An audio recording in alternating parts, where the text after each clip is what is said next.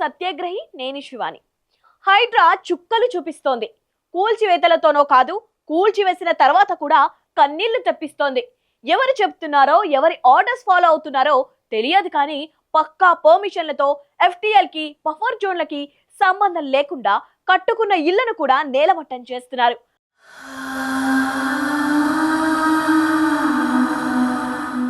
అక్కడితో ఆగినా బాగుండు.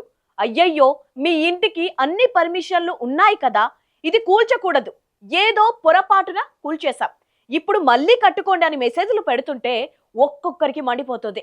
అన్ని పర్మిషన్లు ఉన్నాయని చూపించి బుల్డోజర్లకు అడ్డుపడితే మమ్మల్ని బలవంతంగా పక్కకు నెట్టేసి ఇల్లు కూలగొట్టి ఇప్పుడు అరెరే పొరపాటు జరిగిందని తీరిగ్గా చెబుతారా అని బాధితులు బండబూతులు తిడుతున్నారు. అసలు ఇదంతా ఎక్కడ జరిగింది, ఎవరికి మెసేజ్లు వచ్చాయో ఈ స్టోరీలో తెలుసుకుందాం. డబ్బులిచ్చి కొనుక్కొని కట్టుకున్నది, లంచాలు తీసుకోలే మేము. సర్వేలో మాది రాంగ్ అంటే రేవంత్ రెడ్డి కూల్చయ్యా నువ్వు. సామాన్యులతో హైడ్రా ఎలా ఆడుకుంటుందో ఇప్పుడు మీకు కొన్ని ఎగ్జాంపుల్స్ చెబుతా. ఫస్ట్ వాళ్ళు ఏం చేస్తున్నారో, ఎలా ఇళ్లను కూలగొడుతున్నారో మాట్లాడుకుందాం.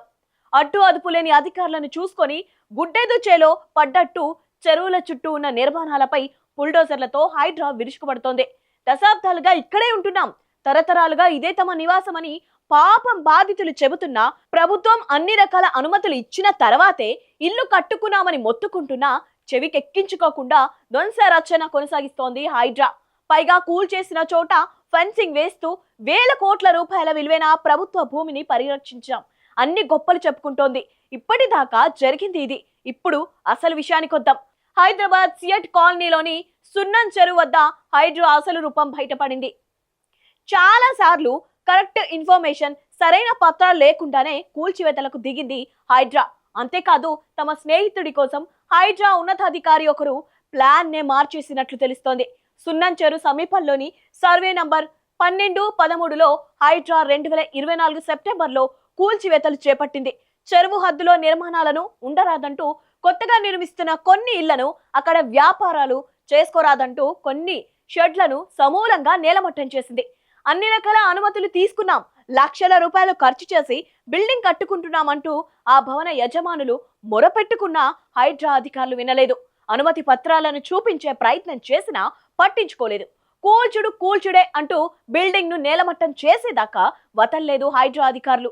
అప్పటి నుంచి బాధితులు కోర్టుల చుట్టూ తిరిగారు, అటు హైడ్రా అధికారుల చుట్టూ ప్రదక్షిణలు చేశారు. మాకు అన్ని అనుమతులు ఉన్నాయి, మేమేం తప్పు చేయలేదు అని విన్నవించుకుంటూనే ఉన్నారు. ఇదంతా జరిగిన ఏడాది తర్వాత అంటే 2025 సెప్టెంబర్లో ఒక భవన యజమానికి హైడ్రా ఇన్స్పెక్టర్ రాజశేఖర్ నుంచి ఓ మెసేజ్ వచ్చింది. అందులో no issue, please go ahead sir అని ఉంది. దీని అర్థం ఏంటో తెలుసా? ఈ సిచ్యువేషన్ మాకు న్యాయం చేసేటోళ్ళు ఎవరు? మేం కూల్ చేసిన చోటనే మీరు మళ్ళీ ఇల్లు కట్టుకోవచ్చు అని ఇప్పుడు అర్థమైందా? హైడ్రా అధికారులు ఎంత గుడ్డిగా వెళ్లారు. దీనిపై స్పందించిన ఆ యాజమాని హైడ్రా ఆఫీస్, మున్సిపల్ ఆఫీస్ చుట్టూ 1 ఇయర్ తిరిగితే ఇప్పుడు హైడ్రా అధికారులు మళ్ళీ ఇల్లు కట్టుకోవడానికి తమకు అభ్యంతరం లేదు అని చెప్పారని వాపోయారు. అదే బిల్డింగ్ల కూలగొట్టే టైంలోనే పేపర్లు పరిశీలించి ఉంటే బాగుండేది కదా. లక్షలు ఖర్చు చేసి కట్టుకున్న ఇంటిని కూలగొట్టి ఇప్పుడు సారీ అంటే మా నష్టాన్ని ఎవరు భర్తీ చేస్తారని వాపోతున్నారు. 2-3 సార్లు కమిషనర్ రంగనాథ్ ను కలిసిన ఆయన తమ గోడు వినిపించుకోలేదని బాధపడుతున్నారు. చివరికి ఆ ఏరియాకు సంబంధించిన హైడ్రా ఇన్స్పెక్టర్ ను సంప్రదిస్తే తనకు తెలియకుండానే ఇల్లు కూల్చేశారని, సున్నం చెరువు దగ్గర కూల్చివేతల్లో తప్పు జరిగిందని నింపాదిగా చెప్పారట. మీరు మళ్ళీ కట్టుకున్నా తమకు అభ్యంతరం లేదని, ఈ విషయంలో మున్సిపాలిటీ నుంచి ఎలాంటి అభ్యంతరం రాకపోతే చాలని అన్నారట. కనీసం ఆ పర్మిషన్ అయినా ఇచ్చినందుకు సంతోషం. మరి బ్యాంకు వాళ్ళు లీగల్ ఒపీనియన్ క్లియర్ ఉన్నదని చెప్పినాకనే మాకు బ్యాంక్ లోన్ వచ్చింది. ఇది ఎంతవరకు మరి కరెక్ట్? అంటే ఇందులో ఈ అడ్మినిస్ట్రేషన్ లో ఎంతమంది కలిసి మాకు మోసం చేసినారు. హైడ్రా అనుమతి అనంతరం తాము మళ్లీ నిర్మాణ పనులు ప్రారంభించామని చెప్తున్నారు బాధితులు. అయితే హైడ్రా తప్పుడు కూల్చివేతల వల్ల తమకు 30 నుంచి 40 లక్షల నష్టం వచ్చిందని, అవి ఎవరు ఇస్తారని ప్రశ్నిస్తున్నారు. ఇదే కాదు, సున్నం చెరువు విషయంలో హైడ్రా అధికారులు హద్దులను తప్పుల తడకాగా నిర్ధారించారని ఆరోపిస్తున్నారు సియట్ కాలనీ వాసులు. సున్నం చెరువుకు సంబంధం లేని తమ ప్లాట్ల విషయంలో హైడ్రా చర్యలపై కేసు నడుస్తోందని వాపోయారు. హైకోర్టు ఇచ్చిన తీర్పునకు విరుద్ధంగా హైడ్రా తమ ప్లాట్లలో ఫెన్సింగ్ వేసిందని చెప్తున్నారు బాధితులు. ఒక ప్లాట్ కు సంబంధించి హైడ్రా ఏకంగా అలైన్మెంట్ నే మార్చేసిందని అంటున్నారు. ఆ ప్లాట్ దగ్గర గతంలో హైడ్రా తవ్వకాలు చేపట్టిందని, కొన్ని రోజులకు అలైన్మెంట్ మార్చి కొంచెం ముందుకు తీసుకొచ్చిందని చెప్తున్నారు.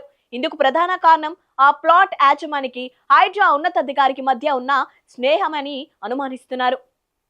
ఇలా తప్పుల మీద తప్పులు చేసుకుంటూ వెళ్తోంది హైడ్రా. అయితే తప్పులు చేస్తున్నది హైడ్రా అయితే శిక్ష భరిస్తోంది మాత్రం బాధితులే.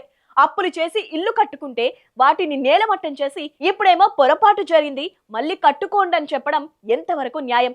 ఆ నష్టాన్ని ఎవరు ఇస్తారు అన్న ప్రశ్నలకే సమాధానం రావాల్సి ఉంది. ఏది ఏమైనా బాధిత జనం మాత్రం ఇప్పట్లో హైడ్రాని, కాంగ్రెస్ ప్రభుత్వాన్ని క్షమించరనేది క్లియర్.